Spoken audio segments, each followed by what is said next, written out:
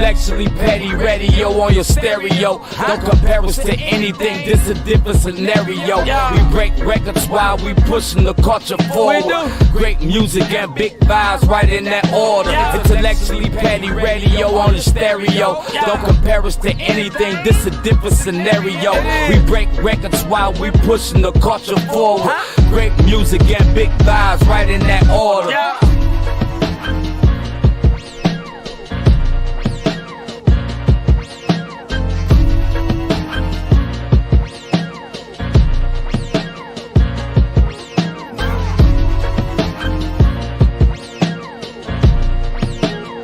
And you're now tuned into another episode of Intellectually Petty Radio in concert with I've been trying to come up with a new intro since we really got start working with Beautiful Machine magazine. So I do apologize. It's taking me a little time to kind of work out the kinks, but that's family over there, man. Love them. Shout out to Nerd DJs Radio too. You already know, man. Week after week, month after month, year after year, we only rock with legends around here.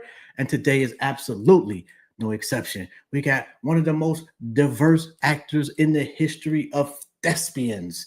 I hope I said that right. We got my man Bennie Taylor in the building. How you doing, King? Hey, what's going on, my brother? You all right? Oh, yeah, I'm good, man. How's life? Life is good. Life is good. I'm blessed and happy to be here. You're a big brother. Why acting? Look like you should be beating niggas up or something. See, my first question was ass. He's stuck. And y'all gotta check it. And I'm sorry, Benny. I don't know what happened, bro. It just instantly, you just froze up. But wow, we get that resolved and get that together. I'm gonna take you off the screen right there, just for a second, and hopefully we can get that fixed. Because I ain't sure. And technology is ass sometimes, man. But your man Bennie Taylor, like if you just go any app online and he's got some work there. Let me see. I think we might be good. How you doing, bro? Okay, there you go. I can hear you again. You just locked up. I'm like, what happened? I know, man. It was the first question. It was asked, bro. Apparently the Lord didn't appreciate it. So he said, I'm gonna move on, man. Why acting, bro? See, we having more issues. Can you hear me? I can hear you. Yeah, I can hear you. Yeah, because I'm not sure. Like if you're on a laptop, I hope you can still hear me. But if you're on a laptop, please go to a phone. If you're on your phone, please go to a laptop or a computer if you can. Shout out to Christina Fristo. Swagtastic. Bennie Taylor is destined for greatness. I agree with you 1,000% on that. And get on here. Okay, let's see. Or like if you get okay.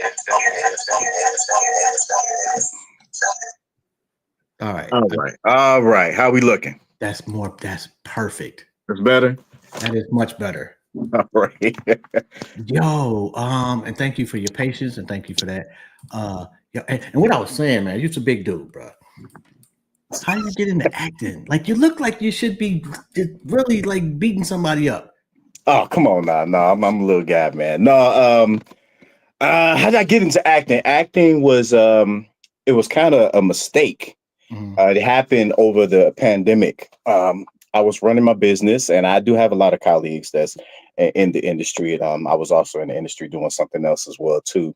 But everything was shut down. Everything was shut down, and somebody that I was working with said, "Hey, because I was doing voiceover, like radio commercials and everything, and they needed a somebody that looked like me on their roster." And they said, "Hey, you mind signing?" I didn't have anything else to lose, so I'm like, "Okay, yeah, why not?" Sign with them. And because I worked with so many different actors, I was inadvertently teaching myself how to act. So when I did get my first audition, nailed it. It's just like it came like second nature. So I'm like, oh, I can do this. And then the first audition was a commercial. That was a SAG commercial. Nailed that. And the second one was probably one of the biggest ones of my life was Nickelodeon. And boom, nailed it just like that. So it was just one of those things that just kind of happened, you know. Mhm. At what point do you? Matter of fact, so you say the first one was a commercial, the second one was Nickelodeon. What'd you do for Nickelodeon? Nickelodeon. It was a movie. It was supposed to be a series called California Dreaming, and I played Clyde Bruno, which pretty much the character was mirrored after Quincy Jones, but a little bit of my edge to a little tougher edge. Mhm. I was the father of one of the stars of the show. And the whole thing about my father is just he never said, I mean, not my father, her father, is that he never said anything. You know, wherever he go, his image and his power or whatever always made the way. So he just never had to talk. It just went in. And it went over very, very well. It didn't get picked up from Nickelodeon because they had a similar show Mhm. and they didn't want to just have two shows like that. So unfortunately, it would have been a great show, but it did good the time it was released. Not that Nickelodeon doesn't have 84 shows that are all the same. Right. I'm just throwing that out there. Right.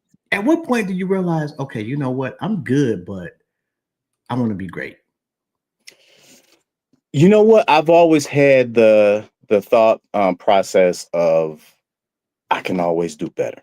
I can Mhm. always do better, no matter if I'm so called at the top of my game. I can always do better. The moment I got on set, because I was really nervous, you know, about doing something in front of the camera. I didn't really have the experience or whatnot. But when I got there, it was just so much fun, and it flowed out so easy. And I got people coming up to me like, "Oh my God, that performance was great. Your performance was great. Your performance was great." And I'm just thinking like, okay, so when I'm watching myself, I'm like, why didn't I do that? I could have done that. I could have done that. That would have been funny. That would have been. And all of a sudden, I got the businessman mind. You can't turn that off. It's that we're always thinking of how to improve on things. So that kind of it spilled over into the acting. So, and I'm just kind of eye hustling the comments. And so Barry Wisecup says, Benny is my dude. We've had the pleasure to work with him filming our new Ohio peace officer virtual reality training. Do you do Oh, much of yeah, stuff like yeah, that? Barry. Is that easier to do something like that that's not necessarily going to be seen by the masses, but kind of tunneled to a particular set of people? Let me tell you something. That is tough. That is really, really tough because it's not like traditional filming. So the way they film is you learn a whole script, and the moment they say action, it's almost like a play. You have to start all and go all the way to the end. If you mess up, if one person, there's like 50 people on set. If one person mess up their line and they stop, you got to stop and start all the way over. It's not like a traditional movie or series where you can just stop in the middle of your line and start back up again and they can edit it out. No, you got to go all the way through, and there's some dialogue. So I think that was one of the most toughest challenges I've ever had to overcome as being an actor. Do you see yourself retiring as an actor? Yes. Yes. I see myself retiring as everything in this business. I mean, directing, producing, rep, acting, perhaps even get my own studio one day. Everything about this business I love, there are things about it that I stay away from, but just the whole aspect of the acting, the putting stuff together, the listening to watching the magic come together is Mhm. really intriguing. And it's something I've always wanted to do in my life. So yeah, most definitely I want to retire doing this. It's interesting. Like for music, it seems that streaming has kind of been harmful to artists, Right. but it seems that streaming has had the opposite effect for actors and actresses. Is that fair? Yeah, you know what? Can be. It can be. It gives more people opportunities to be seen, Mhm. but it also kind of hurts because anybody can get up there, if you know what I'm saying. So you got your actors that are trained, that are go to classes and everything, but then you got some where somebody just take a phone and say, "Hey, let's make a movie," and all of a sudden you got people like, "I am good, yay," and it's on certain platforms, and it's like, "Oh, really?" So I mean, I'm not hating on anybody because I do love to see people doing their thing, but yeah, it's a good and a bad thing at the same time. And there's a thin line between just a really ass movie and an ass movie that for some reason we had like Attack of the Killer Tomatoes came out in like the 60s or You something. know about that. It's people still watching that shit, bro. It was one of, it's a cult classic ass movie. Mhm. So it's a gift and a curse. You could make something really horrible that turns out to be lovably horrible. Yeah. Believe it or not, the theme didn't do well in theaters, but now it's a cult classic. And like you said, the Killer Tomatoes, the Killer Clowns, remember that? Stuff like that. Love it. The Killer Clowns? You never seen the Killer Clowns? No. This interview done. We done. I'm out. I'm done. You have to watch that. Attack of the Killer Clowns. Speaking of that, totally unrelated, but my little brother, when he's 5 years old, my mother threw him a party, bought him a clown, and he cried like the world was ending. And I still get joy out of those tears. You're wrong for that. You're wrong for that. So fuck it. Yo, what role are you most proud of so far? Wow. I'm proud of all of them. I'm really proud. I don't care if I'm just saying one word or whatever, but the most proud. You know what? I would have to say Brewster's Millions. Brewster's Millions, Christmas, it brought something out of me. Being Jacob, playing that role, I got a chance to really connect with feelings, bring out a character that I have drawn from other people, drawn from myself, and actually reading the script. So that's probably one of my proudest roles. And I got a chance to express and let people know that, hey, I'm not just a bruiser on film. I'm not here just to kick your booty. I'm here to love you. I'm here to be a loving, strong father. And what's so crazy is the director said when she cast me for that, watching my audition, she saw James Evans type character. And I took that as a heck of a compliment because James Amos is one of my favorite actors. God rest his soul. Do you fear being typecast? And do you like actively kind of like go out your way to not be? So, yep. And I'm glad you brought that up. I do not want to be typecast. That's why when you look at my demo reel or you look at the projects I've been in, everyone is different.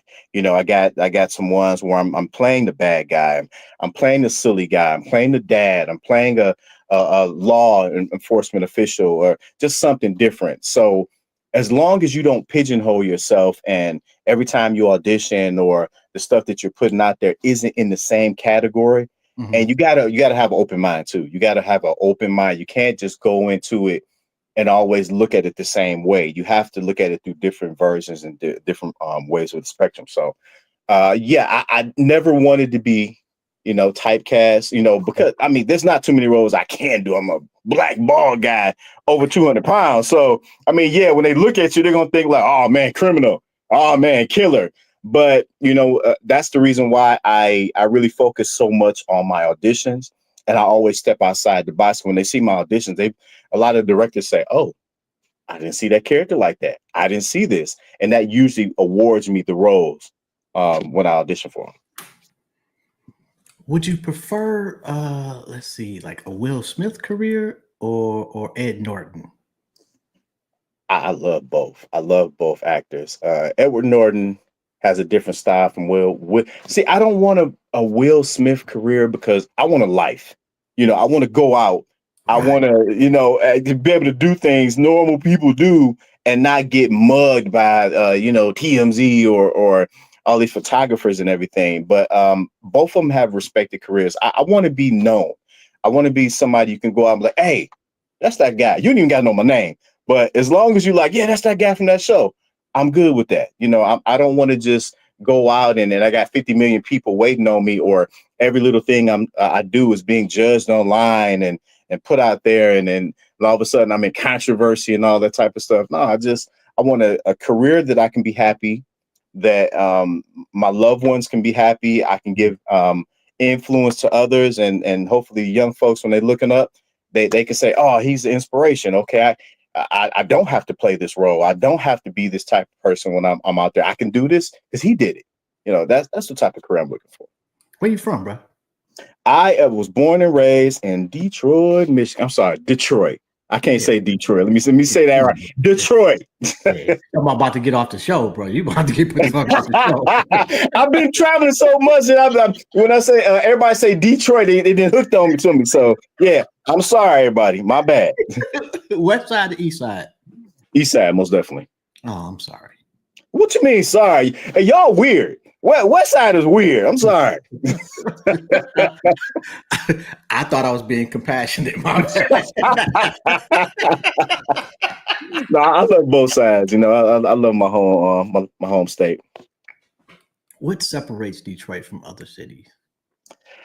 You know what? This may sound cliche, but Detroit is such a hard working place. I know you hear it from, the Lions, the Pistons, and all that stuff, but it's actually the truth. It's similar to cities like Pittsburgh and some cities in Ohio. You get a lot of people here who are just blue collar, workers, and we grind. We grind here a lot. You got a lot of cities that live in the glam they're huge and everybody's just uppity and bougie, what you might want to say. Yeah. But Detroit is just really, really hard nosed. You know what I'm saying? Although we bougie. I don't think so. You think so? Yeah, we don't want to admit it. We bougie in certain areas. West Siders. Of course, absolutely. So we dress better than most people. Yeah, that is true. That is true. And the hair game, even though neither one of us have hair, but the hair game, yeah, we bougie about that shit. We got our bougetto type of shit. So when you sit down with young kids, and let me back up a little bit, because your career seems to, and I don't know, I haven't seen you on Tubi, but Never done Tubi. Detroit is killing Tubi, and the independent grind out of Detroit is second to none at this point. But you seem to have navigated a different career path. When there's a kid that comes up to you and wants your career path, what's the biggest lesson you can tell them or teach them? Expand your mind. Don't always sit in a certain mind frame. Most people think that it's going to come to you. Success is not there to just seek you out. You have to seek it, and you have to want bigger. Like you asked me earlier, like what makes me want to do more, what makes me want to do better is I tell the young people to do the same thing. Like you said, don't pigeonhole yourself. Don't be a thug all the time, in films. Don't be a womanizer all the time in films.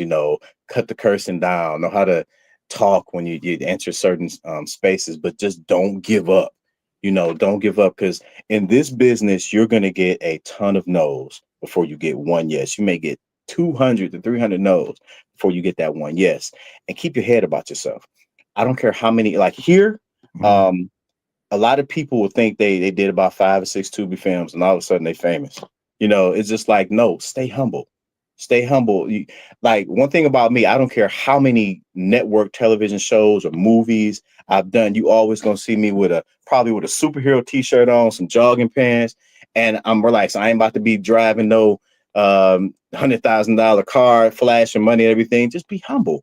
Be humble about what you do and be thankful, because even if you are in a Tubi film or an HBO film, stuff like this is not a given. Yeah. It's a gift. You go out there and you earn that, because there were thousands of people that auditioned for that role that you got. Be thankful for it, and strive to be better. And, there's going to be people in your life that when you get to that point, they won't like it. They'll try to bring you down. Yeah. They'll do things to bring you down to that level and take what you have. But you just gotta remember where you are, where you come from, and just stay focused. So you're gonna tell me, and I love humility. It's great and all of that. But you don't tell me that sometimes you don't look in the mirror and be like, I'm that motherfucker. No, man, I'm old and bald, man. I'm getting little gray hairs. I don't even look at myself. Now, 20-year-old Benny, I'd be like, yeah, you can't tell me no. Look at that cat. Oh, bald head guy. No, you know what? I was there before. At my younger ages, I was a male model. and I got into the wrong mind frame. I walked around like I was that guy. I was on these posters. I was modeling for Givenchy, Polo, all these big places, traveling the world and all this type of Really? stuff. Yeah. I mean, Yo, I was that hold guy. on, hold on, bro. I'm sorry, but what the fuck is it like to just be driving down the street and see yourself in some draws on a big ass billboard? You know what? At that time, I don't know, man. Being a young man, being a young man, and you got all these women coming at you from every angle, whether it be celebrities, rich women, business women. It's hard to take all in, but your mind is not mature enough to handle it. So yeah. But it's I was there before. I made some bad decisions, lost everything, and now the Almighty gave me another chance. And I'm coming in at this time with wisdom. I'm coming in it with humility, and I'm coming at it, at a different angle. And it just like the old basketball player. You come out like Grant Hill, you hurt yourself, and all of a sudden you play like Antonio McDyess. When you shoot them jump shots, you ain't dunking on everybody no more. It's the same way. Okay, so at what point? So you say you lost everything. Is there a moment where you remember the realization that damn, I was up here and now I'm here? When I didn't have anything, when I was there, I had people, that was around me, an entourage, me buying people stuff, giving out money, had houses, had a lot going on, had money, and I thought that they were my friends. I thought these people cared about me. But the moment things happened and I lost all of that, nobody was there. When I came to them and I said, "Hey, can I have this? I need you for this." It's just like they shunned me. They put their nose up, And then I said to myself, and I prayed. I said, "Father God, if I ever get in that opportunity again, if I ever get the opportunity again and get myself in that, I will be a changed man. I will always put you first, no matter what I do, because I lost my way back then. It was like you can't serve two masters." So at that point, now I realized that I'm here by the grace of God. I always want to bring God first in what I do, and it has really made a big difference in my career nowadays. And speaking of that, and this is a question I ask everybody that comes on the show, has absolutely nothing to do with anything, but here goes. Okay. You're sitting on a park bench and God sits down next to you and he or she says you can ask them one question. What would it be? Ooh. I want to know my purpose. I You don't think you know that already, bro? I don't. I'm still learning every day. I'm still seeking. I'm still asking. Every time I get up in the morning, I ask to be given vision and Bro, purpose. we've been on I've known you for 27 minutes. And your purpose is your humility. Your purpose is your journey. Okay. Okay. Just just an old nigga, just dropping a couple of gems. I'm probably older than you. I doubt it. But the fact that you've been there and lost it all and got it back, that's a story that needs to be told because it's going to be duplicated. Yeah. And it doesn't have to be. There'll be somebody out there, some kid that will look at your journey and not do the dumb shit the first time around. Right. Right. Is there a friend from the first time around that you still rock with? Yeah. There's a few cats that I actually talk to. I used to be in the singing group too, so I still talk to a lot of people I sang with. A lot of cats I grew up with on the neighborhood. We still work out together every now and then. But you know what? The main person that has been there my whole career, my ups and downs, of course, is my brother, Mhm. but there's a lot of people I did have to get rid of, as in because they like I was saying earlier, they didn't want the best interest. They bring the drama into your life and everything. But for the most part, I did kind of hang around people that had good mind frames. Business like mind frames moving forward. Biggest compliment you ever received? Biggest compliment I've ever received. I don't know if this is a compliment from somebody outside of my circle.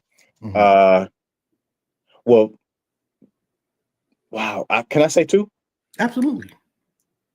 Um, then my parents said they proud of me. My immediate family, excuse me, that's my parents. And one day I was out in Walmart, and I had some little kids come up to me and they said, "Mommy, mommy, it's the bad guy from TV." And I said, "Huh?" And the parents came over and they said, "Hey, you was on Nickelodeon, right?" And the kids and everything, the smiles on their faces, man, it lit me up.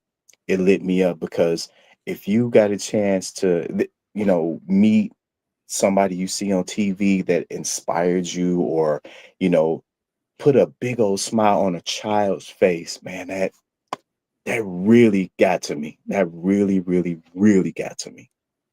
And Mhm. that's a compliment to me. Absolutely. Yeah. Most important criticism you've received. Criticism. I'm not going, I don't know if I say it. I'm going to say it. I'm going to say it. I barely got any love from my hometown. I was the one that nobody saw coming. You got all the other actors that's around that get all the love and everything, get the popularity contests and all this and the millions of followers and everything. But I was the one nobody paid attention to. I was always told that you can't, you can't, you can't, you can't.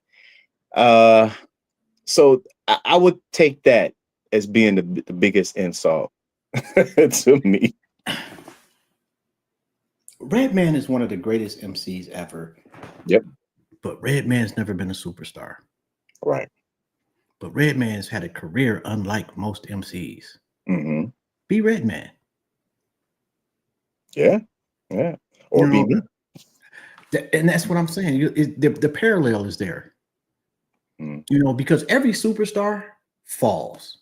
Very Right. rarely do you have like a Denzel is a once in 100 generational talent. Yeah, but most of them, Will Smith. Hmm. Go back to him. He big fall. It, but it's some actors that just have a career that is unparalleled and consistent. Right. I believe that it's about what you bring into the business. And everybody knows it. Hollywood has a dark side. And I think that if you let that darkness in, Mhm. it can consume you. It'll take you over, use you, and spit you out. The thing that I do is I bring God before everything. Everything, when I'm on set, before I get there, I pray. When I wake up, I pray. When I'm finished, I pray. Before audition, I pray. When I see a script, I pray. And I just let the Lord know that I am humble in your grace. Recently I had to do a role playing a pastor, and man, it hit hard because it's like I felt that I was mocking God, and I kept Mhm. asking the real pastor that I was mirroring to, like, please pray for me, please pray for forgiveness. And I just think overall, when you get to that superstardom, people sell something. They give up something. And Absolutely. I don't want to get too far into that. We can get far into that, Yeah. but you gotta bring God to where you go, because wherever there's darkness, you got to bring that light bulb, and God is always going to be that umbrella that's protecting you. And that's the thing that I want to separate myself from everybody else. Last time you said no to a role, and did you regret it? No, I did not regret it. I said no to a certain role. There were certain aspects of the role that I wasn't comfortable with. Let's Mhm. say that. And yeah, I had to say no to it. I mean, I did the audition out of respect for my reps and the studio that was giving me the audition, but it just didn't sit well with me. Don't want to go there because it's political, but yeah, I'm gonna leave it at that. Does that bother you that you can't be yourself in what you say all the time? It does. It's something that I know comes along with this business. You're being watched with a microscope on everything you do. So, I mean, but the great thing about me is I'm me. I'm kind of a silly guy. I'm open. I'm real easy to talk with. I don't really talk about politics anyway, Mhm. you know. So I don't really get into that whole situation. But yeah, it kind of sucks that you can't do or say certain things. Even if I wasn't in the public eye, you still can't do or Right. say certain things because it gets back to your job, it gets Yeah. back to your family, or it can get to your family. And that's another reason why I keep my family out of the public eye as well too. So it's this whole social media thing has changed a lot. And it's different when we do something. Oh, it hit harder, way harder. So we And got to be careful. Like yeah. uh, black men in this industry, you got to be careful. You talk to, what you say, how you say it, and who you hang around because you can be up here, and I mean it could be a pin drop and your career is gone. It could be a lie and your career is gone. So you just got to be very, very careful of who you have on your team, who you hang around with. That's why it's important that you get rid of certain people in your life Man. and you know watch your surroundings. And it's also important to also keep your family out of the spotlight as well too, because that can come back and haunt you. But yeah, being a black man, we're looked at extra hard, and it's almost like we're not supposed to be here type deal. So anything we do is bad. And then we are responsible, well, not me because nobody knows me, but Cut it out. generally speaking, black men are, if you get to a certain and black people, let me put it Yeah, that way, yeah, are representatives of us all. yeah. You get to a certain level, and it's, well, so and so happened. What do you think? Hmm. And they don't really want to know what you think. They want Hmm. you to agree with what they think with as the black representative. Right, right. It's either that way they want to know what you think as a black representative, or they're ready to dispute what you think. Off the So rip. Before you even yeah, say, I'm just gonna assume, I had a lady at work, first off, tell me black people was lazy at work. wow. And this was this was when Obama was running the first time. Okay. This bitch told me I'm only voting for him because he was black. Wow. And at the Wow. time, to be quite honest, like I was not the biggest. I didn't know the guy. He was Yeah. a brother. Man, she was right about that part. I did vote for him because he was black. Man, what? Fuck her. You know, twice, bitch. I'm sorry. I'm sorry. I'm sorry. I didn't mean to say that. Well, that kind of did, just not with you. But anyway, Right. it still bothered me because I've always thought of myself to be a political individual. Hmm. And I don't, if I'm going to vote for you, generally speaking, I kind of want to know something. Yeah. Do your research. Mhm. Yeah, oh my God, that was a big deal. Um, is there a role that you've seen, a book that you've read, or a script that you've seen that you can't afford right now to bring to life, but it's like your dream role? Okay. So how I look at things is I have this saying, believe the impossible. So I Mhm. never say that nothing's out of reach for me. I have been up for two lead roles in two major motion pictures. I just recently just lost out on a lead role in a huge film. I lost it to a celebrity, but I was one of the three people that was picked. And it's like, man, you can do anything. But a role that as a kid, I've always wanted to be some type of cartoon character or hero, which almost every boy wants to do. So I wouldn't mind doing a DC or Marvel film moving forward, but I actually got a chance to have a dream role that is going to be coming out next year. Mhm. It's called Coyote vs. Acme, and this is about the Looney Tunes. You remember Roger Rabbit, right? Yeah. So they made a movie like that where there's real people interacting with cartoons, the new Looney Tune figures. And I don't know how much I can say, but I am in that film and it's going to be in theaters nationwide. I mean, not nationwide, worldwide next year with John Cena, Will Forte, Kenny Choi, and all those people. But I got a chance to interact with my favorite cartoon characters. I mean, I have a beef with one of them in there. I can't say, but it's actually one of my favorite characters growing up, and I'm beefing with them on the movie. So, Now we uh, talking about the Acme company, like the Bugs Bunny Acme. Bugs Bunny, Coyote vs. Acme, Road Runner, and Yeah. Wile E. Coyote. That's fucking dope, bro. It's dope. It's like that was one of my dream roles. That's crazy. And I just think I forget who that was that turned down. I think it was Eddie Murphy. They wanted him to be the lead guy in Roger Rabbit. I didn't know that. I did not know that. Pretty sure I remember him saying that. That was one of the roles that he Wow. turned down. But he said that he was doing Beverly Hills Cop at the time. Which is iconic. You know, so he wasn't exactly like losing sleep over this. Right. It's Eddie Murphy. Do you write scripts also? I have wrote one screenplay. I ain't the best at it, but I'm still working on stuff right now. That's the reason why whenever I'm on set, I am kind of watching everybody, see how everything works, whether it be the producers, writers, directors, because I want to know how to do everything. So I have some people that I'm very close with that are writers, and I watch what they do, and I'm still learning the whole process. But yeah, my life story, most definitely, I'm definitely gonna be writing about that. Favorite actor and actress? Favorite actor, whoo, and actress. Okay, so I got three. I got three that three males, and I'll get to the females in a second. But I'm gonna take it way back. Charleston Heston, Hugh Brenner, and Denzel. Those are my three inspirational Charleston men. Heston. Oh my goodness! I just watched 10 Commandments the other day. that boy was a beast. He's a beast. He was a beast. Okay. I don't think I've heard that before, but I can't be like, oh, he was trash. No, I can't.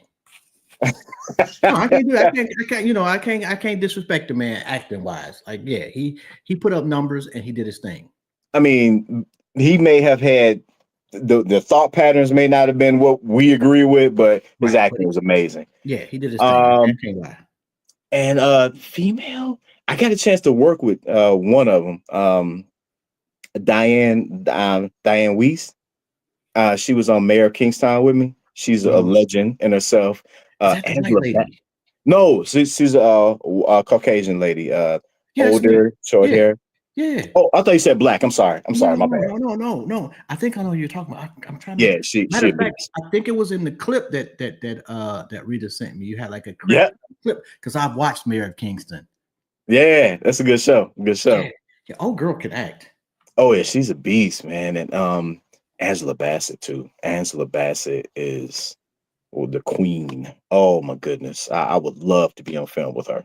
Angela Bassett or Viola Davis? Ooh, wait a minute. Now you're not playing fair. Now you're not playing fair.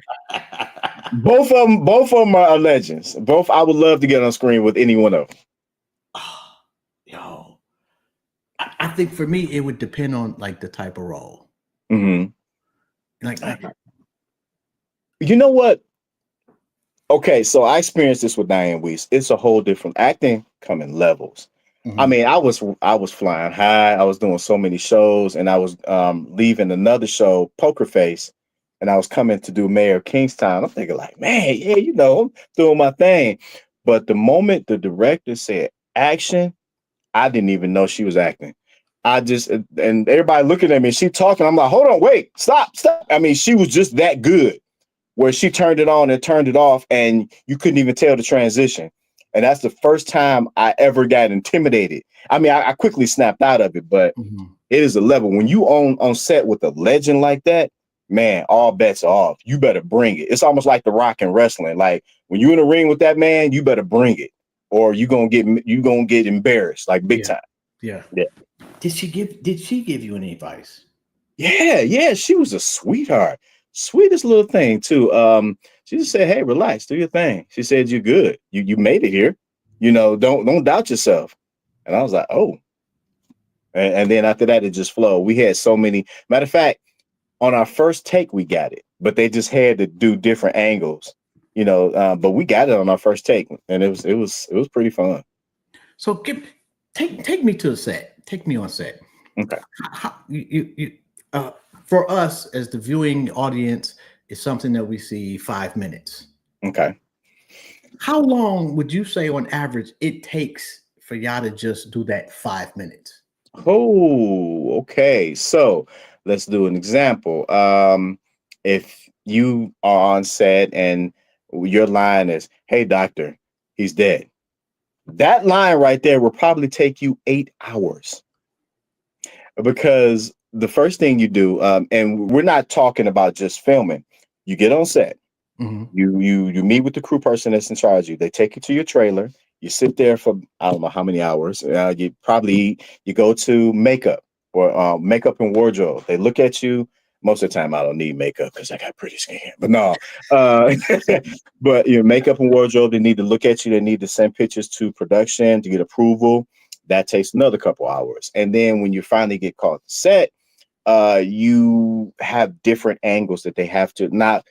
It all depends on the budget too. If you're working on something major like WB, Sony, some big stuff, you got multi cameras. So you're gonna probably say your line about 50 times one angle. They're gonna stop, set everything up a different angle, say your line about 50 different times, put a close up on the other person, put a close up on you, go behind your head, go behind their head, do the steady cam where they're walking with it. It takes a lot. And then if you have a part where you have a whole dialogue and then you get to the theater and they cut 90% of your stuff out. So you get up and be like, "Hey, how you doing?" And that's it. You be like, "What the heck?" No. So it takes a lot. It's a lot of work. That's why when you see, I don't know if you got a chance to experience it, but those who know me, when I'm done from set, I'm exhausted. It's almost like I've been in the plant for like 12 hours. It exhausts you like mentally. So when you mentally exhausted, it trickles down to the body.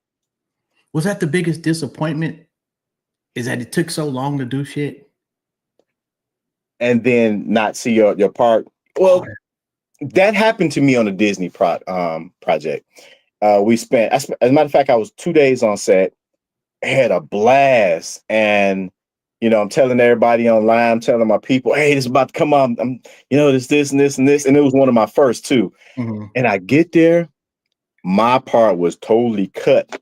Matter of fact, I seen a silhouette of me in the background, and then I looked on IMDb and it said uncredited. I was like, "Bruh," like how you said, it humbled me. It humbled me too to not speak before it comes out. If my manager on here, she probably gonna be like, "Yeah." So, but no, but you know what? You're there. It's not one of those things where at first I was upset because I didn't understand that side of business, but Mhm. just being there, it's something you're gonna have to deal with. It's something you accept when it happens. You just move on. You're thankful that the director and casting director got a chance to pick you, and you just take it for what it is. And it's not the fact that you did a bad job. It's probably could be time restraints. It's Mhm. probably because that scene didn't make sense in that part. It could be recast. It could be anything. So you can't wear your heart on your shoulder. You just gotta brush it off and keep moving forward. 'Cause having never been a director of anything, but I can see how reading something is totally different than seeing it. Hmm. And so, I'm assuming that when a director reads the script, well, the director's got a vision for it, just like everybody has their own little, personal vision for their part. He or she's got an overall, and then when you see it, you're like, "Yeah, I thought that shit was gonna be like this, but it didn't look that way." Hmm. Yeah, I could see that. Yeah. So right now, would you say you're like kind of you in your bag right now? Things Like, is kind of humming along as far as your career. Things are, where you would like them to be. man, I am blessed. I am on cloud nine right now because you got most people that been in the industry for years and haven't got a major network television series or haven't been on a movie since 2021. I've been Mhm. in 30, and they're all major. So it's like, I mean, from HBO's, Sony, Showtime, WB, Paramount. It's like that hardly never happens. I mean, and like I said, thank the Almighty for that. The tear that I'm on right now is kind of rare. It's kind of rare. So that's why I'm living in the moment right now. It's just I'm not taking it for granted. I'm not expecting one thing or the other. I'm just humble and I'm just having fun while I'm here doing it. Damn, 30? 30. I'm like, how did that happen? Oh, God damn. Okay, so is it at a point now where you don't have to audition for everything? Like there's something somebody's like, I want Benny in this role. No, I ain't to that level. Yeah, I mean, I have been offered roles. Don't get me wrong. I have been offered roles because people know what I can do. That I worked with somebody in the past, but no, I mean, I love auditioning. Even if it did get to that point, audition is fun because you're getting a chance to be somebody else. You're getting a chance to flex your muscles and see if I can do this and see if I can do that. So, yeah, but no, I'm not at that level yet. I'm definitely not at that level yet. I want to be, but I will kind of miss at the same time, I will kind of miss auditioning because that was a fun part to me. One of the fun things. So do you have a routine for learning your lines? Look at the lines and go to sleep. Because one thing we have, a lot of people don't understand, we got a memory that our mind remembers things that we think we don't. You ever have something that you just like, you're reading something, you can't really comprehend it, you can't really, or a song, you listen to it, you're like, dang, I don't know the words, but you lay down and you wake up the next morning, all of a sudden you singing it. Like, how in the heck did I remember this? So that's usually I'm not that bright, bro. Well, maybe it's just me. That shit dies like, with me as soon as I close my eyes. You said you done, huh? Yeah, that's my routine. I look at it, and then I wake up the next day, and that's when I let my mind just flow. I let all the because when I'm actually doing an audition, I like to look at it from different angles. If they come at me and say, "Hey, you're the leader of this crime syndicate," audition for that. I'll give them that, but then I'll give them something else, and then I'll give them something else. For a total 180 from each other, just to let them know that I can be directed. I have a vision. I can, expand my mind to different things, and that's another reason why I don't get pigeonholed or typecast, if you would say. Last time you cried? Ooh.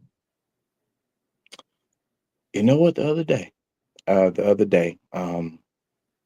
you wake up, you're thankful for being alive, but then, as a black man, as a man, sometimes you have the world on your shoulders, Yeah. and you like Atlas, and it breaks you down, man. It breaks you down. No matter how much I'm smiling on camera, you see my social media posts and how the good time, there's still reality.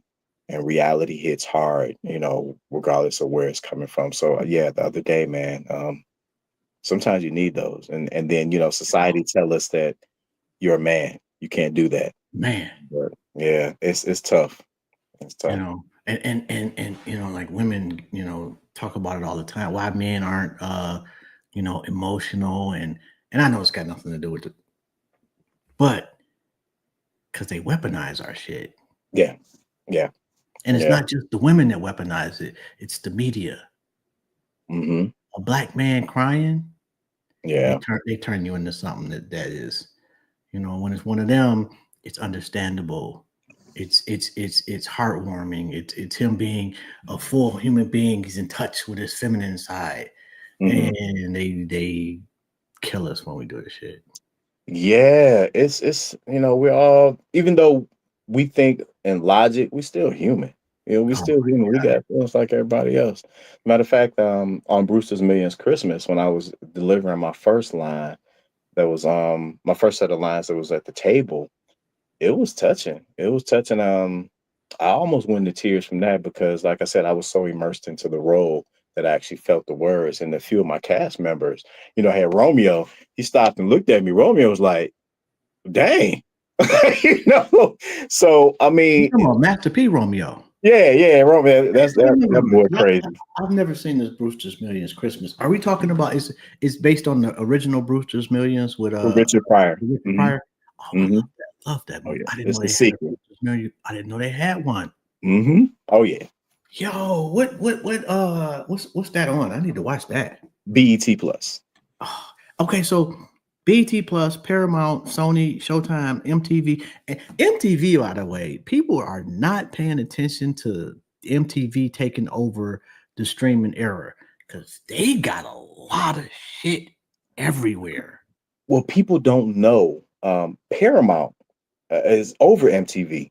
So they're kind of the same thing. Because, when you look at, because when I went to Mayor of Kingstown, Mhm. you see Paramount, you see MTV on the same contract. It's like, oh, then when I did Pretty Stone, you see Hulu, MTV. They're always there. It's like sister companies or Yeah. companies that's owned under the big ones.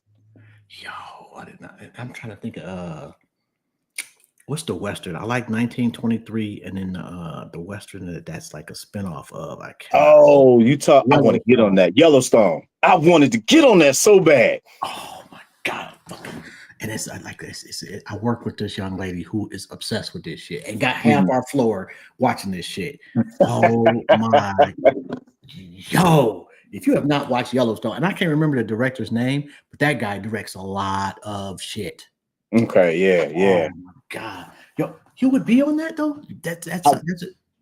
what? I would love to be on something like that. Like I said, I'm not the typical black guy who just want to be in black movies. I want to be in everything. I want to be in everything. As a matter of fact, I just did a role that it was written for a redneck white guy, but my audition and made the director change the character or help the Hmm. director change the character to me.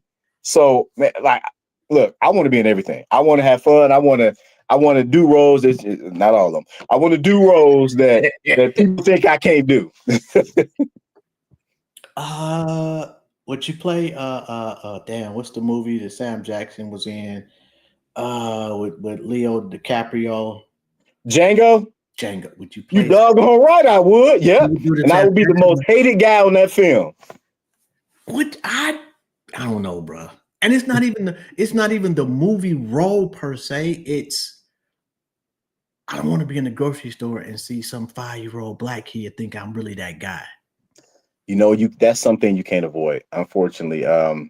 Because you can go out and you can be like you having a bad day and you can be playing father roles all the time and people come up like, hey, it's the dad from TV, and you ain't having it. You like, man, get out of my face. You know what I'm saying? All of a sudden it's something you can't avoid. Yeah, that's why Like, Jaleel White be angry all the time. oh, because the Steve Urkel thing. I Yeah, can't I couldn't live with that either, bro. That's too much. yeah, you can't get out of that. Everybody's always going to see him for that. Yo, I, yo, would you still be thankful and humble if they calling you the same guy for 20 years? You know what? A friend of mine who also in the business said, people fear the word typecast, but you got to think about it. The end of the word is cast. You are cast. You booked. So you're working. So if you are stuck in that same category, at least you're working. You're known as that guy. Like I said before, there are thousands of other people that would die to get that role that you got. I wouldn't Yeah. be opposed to it. What's the Danny? What is it? Danny Trevino? I think is that his name? Trejo? Trejo, the white dude that plays just the same. It's the same character over and over and over. Hey, he do it. He do That it well. motherfucker be getting work. Yeah, I heard he's like that in real life, though. I heard he had a past. He Yeah, was really a killer or something I like heard that. him So just shits too. Yeah, yeah, I don't know. Hey, I'm no disrespect to you, buddy. I got I want no smoke, Danny. I'm too old for the smoke. Yo, if people want to get in contact with you, they want to book you. How they go about doing that? They will contact my representation. I have an awesome team of agents and managers. I got Actors LA Agency. I got Fergan Mayer. I got Helen Wells as my agents and my manager. I'm a swag talent over here, and the Truth Lifestyle. So you can hit those companies up and get straight to me, or you can reach out to social media. I'm on social media as well too. So I'm gonna assume that Katrina Fristo is part of the team. That's a swag. That's the Oh, swag. That's one of my managers. because as soon as you said the swag, I was like, yeah, I've seen that. I had to scroll up a little bit. Swag-tastic superstar, destined for an Emmy or an Oscar. Okay. Next year you get nominated for an Oscar. You win. Who's the first person you think that isn't God? Oh, I was about to go there. Definitely the family. My mom, dad, brother. Wow, the people that are close to me, the Munch, the Flea, Pumpkin, the Smurf Village. It's so many people in my life that I would thank that's been there, rooting for me like so much. And man, it'll be one that now that's when you're gonna see me cry. I'm gonna break down like a little 5-year-old kid. Seriously. But all my You know what I'm reps gonna as do? I'm well gonna, too. I'm gonna be at home cutting up this interview. Yeah, I interviewed that motherfucker. But yeah, you got to do the norm. You got to, like you said, Almighty. Of course, you got to thank the committee, but you thank your reps as well too, man, because you wouldn't be here without them and their hard work, for what they're doing and belief in you. It's just, so they only give you a certain amount of time, so you can't thank everybody. So you just try to kind of keep it down, You know what? I never understood why more people don't thank themselves. Oh, well, who was the Al Bundy did it? Remember when he scored all them touchdowns? Well, he's supposed to though. Like your rep wasn't on the field running for them 4 touchdowns at Polk High. What you know about Polk High? Stop it now. Come on, man. Stop. Stop it now. I'm just saying, and shout out to the reps, respectfully, but you got to give yourself some credit for you are the one hearing all those no's. True. It's you. Ain't nobody showing up to the audition with you. True. That is true. Hey, you're looking at it from a different angle. That's what I say. Open mind. Yeah. Hey, and the Lord gave us free will for a reason. Mm-hmm. You using it for the gift that He gave you. Right. Yeah, I'm thanking me, bro. I ever get a fucking award. I don't care if it's the stinkiest dude. I'm gonna thank myself. Thank me for not washing my ass. Matter of fact, I think you should copy and paste Al Bundy's whole speech when he got that award. I think nobody but myself. And you would do that. I want to be there to see that. I probably would though. Actually, if I had the bread, I'd bring Al Bundy up there with me. Yeah. Yo, this has been I love this conversation, bro. Thank you. Truly appreciate it. And I do apologize if I missed something I didn't get. I'm not all that. Good. However, is there anything you want to leave with people before we dip out of here? To everybody that wants to pursue this career, don't stop. Keep pushing. Again, like I said before, you are going to get a lot of no's before you get a yes. Open your mind. Don't just keep yourself stuck in one category. And don't be afraid to ask for help. Don't be afraid to step outside of your box and just, if whatever, I don't know if you're religious or not, but always keep the Almighty first and just never sell yourself. Never sell yourself. What kills me though is the super killer niggas that be thanking the Lord. Like, bro, you killed 18 people in your music. I'm not sure that God is up there like, yeah. No. that might not be the person they thinking, you know what I'm saying? yeah, I gotta be realistic. Anyway, man. Again, it has been a pleasure and an honor. And shout out to the best manager from my perspective in the universe, Rita. Fucks with you heavy. Hey, Rita. Shout out to your team. Y'all doing a phenomenal 30 since 21. Y'all are the GOATs. Shout out to y'all. So anyway, on that note, we out of here. Definitely appreciate you, bro. And you have a phenomenal day on purpose. Thank you. Thank you. No doubt, man. We out of here. Y'all have a good one. Yo, this has been another episode of Intellectually Petty Radio. I am your host, Jobs. I do appreciate y'all for tapping in. Please don't forget to like, subscribe, share the show, blah, blah, blah, blah. Y'all already know the drill. Y'all really are fucking dope. Yo, and Bennie, 30 in 4 years is crazy work, man. Y'all need to make sure y'all go Google Bennie Taylor and start getting into his is it a catalog? His resume of work. Incredible. Anyway, I'm out of here. I'll see y'all next week at 5:00. Wait a minute, hold on. Let me look and see who we got. I think we got Detroit Diamond next week at 5:00. We do.